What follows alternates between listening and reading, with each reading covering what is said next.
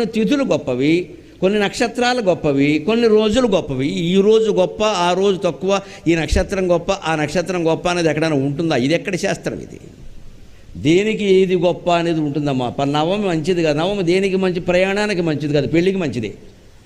నవమే అనగానే చెడ్డది అనకూడదండి, తప్ప. ఈవేళ నవమే నవమే అనగానే చెడ్డది కాదు. నవం ప్రయాణానికి మంచి. దానికి కారణాలు దానికి వేరే ఉన్నాయి. అదంతా జ్యోతిష్ శాస్త్రం. అంటే నువ్వు ప్రయాణం ఒకటి చేయకు. లోకంలో ఉన్న నమ్మకాలు అవిగో. మంగళవారం పెళ్లి చూపులు మంచిగో, ఎవడు చెప్పాడో తెలియదు ఇక్కడ. మంగళవారం అంటేనే జయవారం. సోమవారం పెళ్లి మాటలు మాట్లాడకూడదు, గురువారం మాట్లాడదే పది. మరి ఎప్పుడు మాట్లాడాలి? అర్ధరాత్రి 12ంటిగా ఎప్పుడప్పుడు మాట్లాడాలా వద్దా? సోమవారం పనికిరాదు, మంగళవారం పనికిరాదు, గురువారం పనికిరాదు. ఇంట్లో ఎవడో పోయాడు, ఏడాది పాటు ఏం చేయొద్దు. ఎక్కడి నుంచి వచ్చింది ఈ సామెత? 12 రోజులేనండి. 12 రోజులే. 13వ రోజు నుంచి మామూలుగా అన్ని యజ్ఞయాగాదులు కూడా చేసుకోవచ్చు. ఏ శాస్త్రంలో లేదు అలాగా. ఏడాది మైల ఎవడు చెప్పాడో తెలియదు. ఇది చేసే పనులు ఎగ్గొడ్డా.